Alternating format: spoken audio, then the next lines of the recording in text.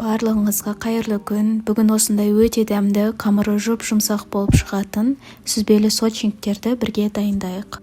Қамырын жасау үшін ең алдымен сары майға қантты қосып жақсылап араластырамыз. Одан кейін жұмыртқадан кейін қаймақ қосып жақсылап араластырамыз.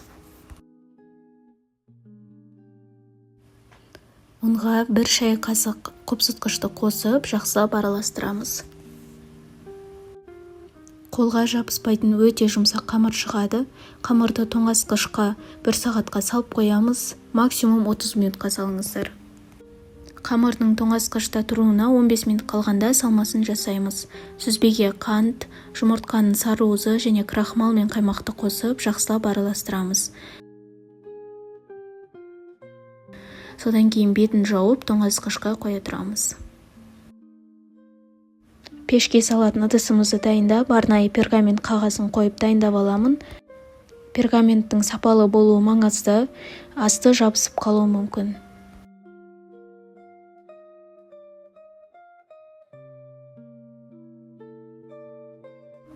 Ал енді қамырын алып, осындай рулет жасаймыз.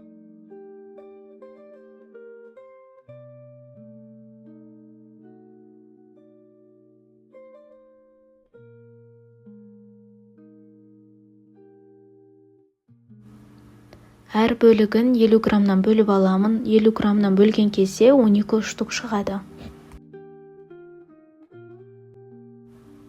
Содан кейін әр қайсын осылай домалақтап алып, оқтаумен жайып шығамыз.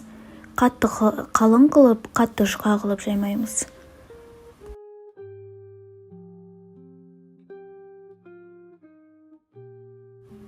Содан соң қамырдың жарты бөлігіне біраз қасық салманы саламыз. Жақсылап бетін жабамыз, піскен кезде беті ашылып кетпес үшін.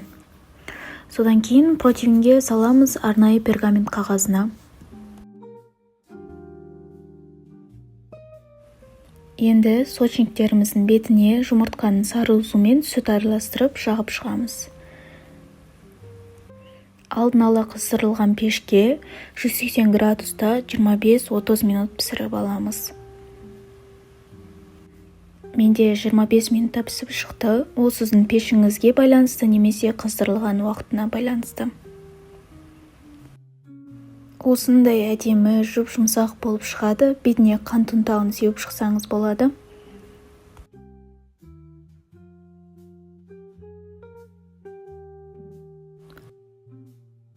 Сочниктердің қамыры осындай өте жұмсақ, өте дәмді болып шығады.